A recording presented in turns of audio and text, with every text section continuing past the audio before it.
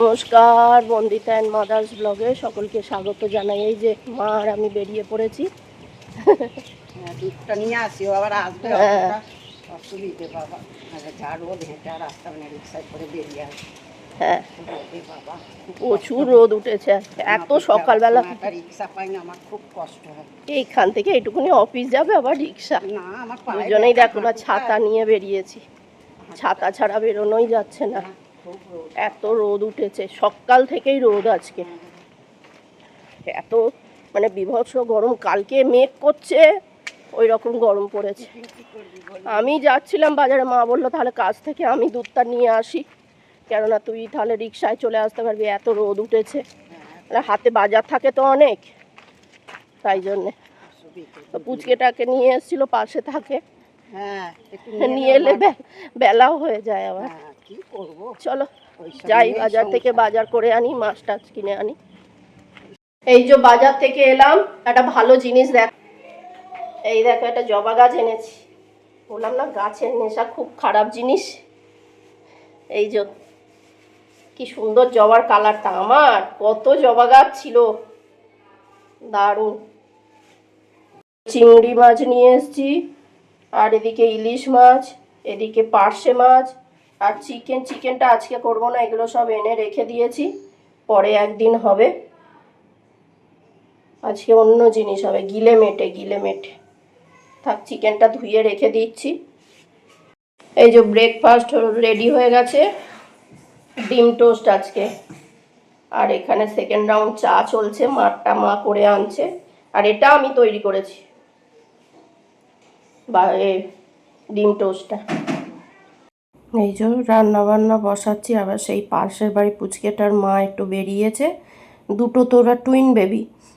এইবার সেই দিদিটার শরীর খারাপ হয়েছিল, এবার বলে সামলাতে পারবে না, আমাদের ঘরে দুজনে। সকালে একটা এসছিল, আর বেলার দিকেই রান্না বসাবো, তখন দুটো এসছে। দুটো এসে যা জ্বালাতন করছে। রান্না আজকে বেশি কিন্তু ঝামেলা নেই, ওই গিলে মেটের তরকারিটা করব, চচ্চড়ি মতন করব। দেখো না, এটাকে কোলে নিয়ে আর রান্না করছি। কি অবস্থা, খালি ওই রান্নাঘরে আমার কাছে চলে আসছে, সে ওই ঘরে থাকবে না। ঘরে ফ্যান চলছে, মা বসে রয়েছে, আমার মা আর কি বসে রয়েছে, ঠাকুরের জল টল দিচ্ছে, এ করছে, খালি চলে আসছে, আর আমায় বেরিয়ে বেরিয়ে গিয়ে ওকে সামলাতে হচ্ছে। কী করছে, খালি রান্নাঘরে চলে আসছে। তা ওর দিদি রয়েছে, দিদিও সামলাতে পারছে না। তা যাই হোক, সেই রান্নাটা আমি ভাবছি আজকে মনে হয় রান্না খারাপ হবে, কেননা এতবার যাওয়া হচ্ছে, এ হচ্ছে। আর সকাল থেকে এত কাজের চাপ থাকে না, তাও কত সকাল সকাল। আগে না রবিবার করে ধরো 8টা 8:30টায় ঘুম থেকে উঠতাম, আর এখন কত সকাল সকাল উঠি, ওঠার পরেও তার কাজ সামলে উঠতে পারি না। তাও সেই কাজ টাজ করে, তাও এখন গরমকালের বেলা বলে তাই 3টে 3:30 বেজে যায়। শীতকালের বেলা হলে তাহলে কি হতো বলো। মানে ঘরদোর তো আগের মতো, সেই রবিবার শুধু ঘর মোছা, বিছানার চাদর পাল্টানো, এসব তো কিছুই করতে হয় না। ওয়াশরুম করা, পরিষ্কার করা, এগুলো তো কিছুই করতে হয় না, সেগুলো তো আমি অন্য দিন করে রাখি। এই রান্না করতে, মাছ ধুতে আর এদিক ওদিক করতেই বেলা গড়িয়ে যায়। মানে সে আর কি বলবো, এইটুকুনি রান্না করতে করতেই মানে অবস্থা খারাপ হয়ে গেছে। আরও পুচকে দুটো ছিল, তাদের কাছে গিয়ে সবে করতে করতেই বেলা হয়ে গেল। যাই হোক, বাচ্চা দুটো এসছে, আর কেউ নেই। ওর দিদিমা গেছে ডাক্তার দেখাতে, তা মাকে বললো একটু দেখবে, মা বললো হ্যাঁ, না দেখার কি আছে। যাই হোক, সুবিধে অসুবিধে মানুষের করতে হয়, আর দুটো বাচ্চাকে নিয়ে সামলাতে পারে না। তা আমি রান্না করছি আর বারবার যাচ্ছি, আমাকে ডাকছে, আর এই রান্নাঘরের এদিকে চলে আসছে হামাগুড়ি দিয়ে দিই, ওই জন্যে। তা এই যে চিকেন ওই গিলে মেটেটা করবো, পেঁয়াজটা ভালোভাবে ভেজে নিচ্ছি। পেঁয়াজটা একটু লাল লাল করে ভাজলে কি হয়, তরকারির কালারটা সুন্দর আসে। আর এই আদা বাটা দিয়ে দিয়েছি, আর এদিকে হচ্ছে যে টমেটো দিয়ে দিলাম, আর কাঁচা লঙ্কা বাটা, আর কাশ্মীরি রেড চিলি, হলুদ আর নুন। আজকে আর বেশি কিচ্ছু দিইনি, তাও ভাবছি যে রান্নাটা কেমন হবে, খাওয়া যাবে কি না। তারপর খেয়ে দিয়ে দেখলাম যে দারুণ হয়েছে। ওই যেদিন মনোযোগ দিয়ে রান্না করা হয় সেদিন অত ভালো না হলেও, যেদিন এ করা হয় সেদিন খুব সুন্দর হয়। ওই কাশ্মীরি রেড চিলি অল্পও দিয়েছি। তা যাই হোক, তরকারিতে হয়ে গেছে। আর এই কষিয়ে নিয়ে বসিয়ে নেবো। মা আবার বলল যে একটু চাটনি হলে ভালো হতো, তা কাঁচা মিঠে আম আনা হয়েছে শুক্রবার দিন। বললাম তাহলে আমটা কেটে দাও, আমটা রান্না করে ফেলি। তা মা বলল যে না না, আমটা মা দিচ্ছিল আমটা কেটে। আমি বললাম তাহলে আম যদি না খেতে ইচ্ছে করে, টমেটো অনেক আনা হয়েছে, তাহলে টমেটোটা কেটে দাও, টমেটোর চাটনি করে ফেলি। তা যাই হোক, পুচকেগুলো চলে গেল। তারপর মা টমেটোটা কেটে দিল আর আমি চাটনি বানিয়ে ফেলবো। এই যে কষানো হয়ে এসছে প্রায়, নুন দিয়ে দিলাম। আর নুন দিলেই তো, নুন আগে দেওয়াই উচিত নয়। আজকে ওই তাড়াহুড়োর চোটে নুনটা আগে দিয়ে দিয়েছি। নুন আগে দিলে কী হবে তো, কত জল বেরোয়। কষাবো কি তার আগেই অর্ধেক হাফ করা জল বেরিয়ে যায় চিকেনের। তাই চিকেনে এত জল দেয় ওরা যে আমি নুন দিই না। তাই তাই এদিকে মা দেখো ঠাকুরের জল দেয়া হয়ে গেছে। আর ঠাকুরের জন্য একটু ফল টল কিনে এনেছি। আজকে আবার একটা নতুন ফল নিয়ে এসেছি, ফলসা। ওই প্রত্যেক বছর কী করি বলো তো, ঠাকুরকে পুজো না দিয়ে আমরা করি, নতুন ফল খাই না। আগে ঠাকুরকে দিয়ে দিই, তারপর ওই ফলসা নিয়ে এসেছি, কালো কালোগুলো। ফলসাটা কী জিনিস অনেকে জানে না, আবার অনেকে জানে হয়তো। তা যাই হোক, এই ফলসা নিয়ে এসে এই যে দেখাচ্ছি, দেখো ফলসাগুলো, এইগুলোকে ফলসা বলে। খেতে খুব সুন্দর, টক টক মিষ্টি মিষ্টি, যেগুলো আর কি লাল লাল, আর কালোগুলো পুরো মিষ্টি হয়। তা যাই হোক, আবার চলে এলাম। দেখো কষানো হয়ে আছে, জল দিয়ে দিয়েছিলাম, ওই নুন দিয়েছি না তাই জল বেরিয়েছে। এবার ওটাকে ভালো করে কষে নেব। কষে নিয়ে তারপরে, আর এতেও আর বেশি কষতে হবে না, বেশি এও হবে না। আর কী করেছি বলো তো, এখন না চিকেনের গন্ধটা নিতে পারি না, ওই জন্যে ভিনিগারে করে দিই, ভিজিয়ে রেখে দিই। আর ওদিকে ওই ডগিটার ভাত বসাবো, এই জন্য প্রেশার কুকারে একটু ওই তুলে নিচ্ছি, কাইগুলো তুলে নিচ্ছি। আর হচ্ছে যে ঝোলটা আর কি তুলে নিলাম, নিয়ে এবার ওদের জন্য ওই গিলে গলা সব আছে, ওইগুলো ওদেরও আলাদা করে আমি একটু সেদ্ধ মতন করে দিই ভাতের সঙ্গে।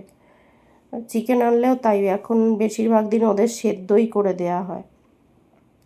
ওই মা ভাত দিল একটুখানি, মেটে দিয়ে দিয়ে ওই সেদ্ধ করে দিয়ে, এই তরকারির ভাত মেখে দিলে না অতটা পছন্দ করে না, আর এরকম সেদ্ধ করে দিলে বেশ ভালোবাসে খেতে।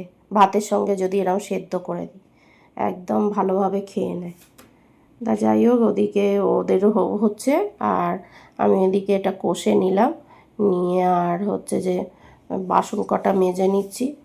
আর ওইটা বটিটা দিয়ে সব কাটা হয়েছে না, ওই জন্যে পরিষ্কার করে নিচ্ছি। আর পরিষ্কার করলেও বটিটা বেশ ভালো পরিষ্কার হয়। কাটার জিনিসগুলো মাঝে মধ্যে মেজে টেজে নিলে বেশ ভালোই পরিষ্কার হয়। তা যাই হোক, দেখো একসঙ্গে দুটো কাজ করলে অতটা মানে, এমনিতেও বেলা হয়েছে বাজার থেকে এলেই, আর আজকে মাছ কাটতে দিয়েছিলাম না বাজারে, ওই জন্য আরও বেশি বেলা হয়েছে। বাজারে মাছ কাটতে দিলেই অনেক বেলা হয়ে যায়। ওদিকে বাসনটা মাজলাম, দেখলাম যে তলায় লেগে যাচ্ছে, তাই একটু কষিয়ে নিলাম। নিয়ে আবার মাঝখানে যাব টাইম কলের জল আনতে, কেননা টাইম কলের জল মানে বালতিতে জল নেই, রান্নার জল আর কি। রান্নার জল না থাকলে অসুবিধে হয়, তা রান্নার জলটা নিয়ে আসবো, নিয়ে এসে আবার বাকি রান্নাটা করে ফেললাম। আর সেটা আর তোমাদের সঙ্গে শেয়ার করিনি। তা যাই হোক, বাসনগুলো মাজা হয়ে গেছে, মাজা হয়ে গিয়ে বাসনগুলো ধুয়ে নিয়েছি। এটাই মা সেই সকালবেলা কী করেছে বলো তো, অ্যারারুট জাল দিয়েছে। আর অ্যারারুটটা কেমন হয় বলো তো, একটু হড়হড়ে মতন হয়। তো ওই জন্য সকাল থেকে ভালোভাবে ভিজিয়ে রাখেনি, একটু ছিল। তারপরে আমি ভালোভাবে ঘষে মেজে দিলাম, তো উঠে গেছে। তারপর যাই হোক, বঁটিটাও দেখো করে নিয়ে আর রেখে দিলাম জায়গার জিনিস জায়গাতে। আর এদিকে গেছি আমি জল আনতে।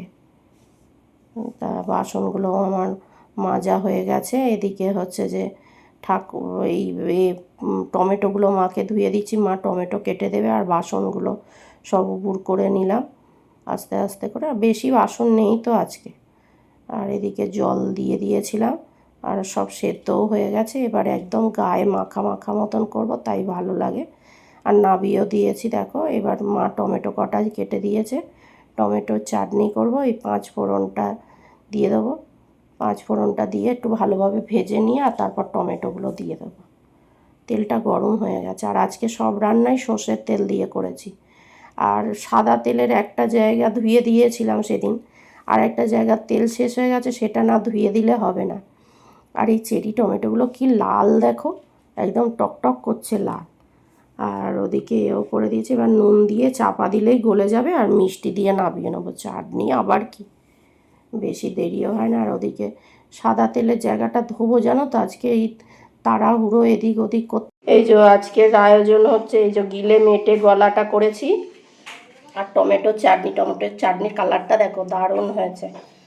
আর এখানে উচ্ছে ভাজা আর এই ভাত, আজকে এই মেনু।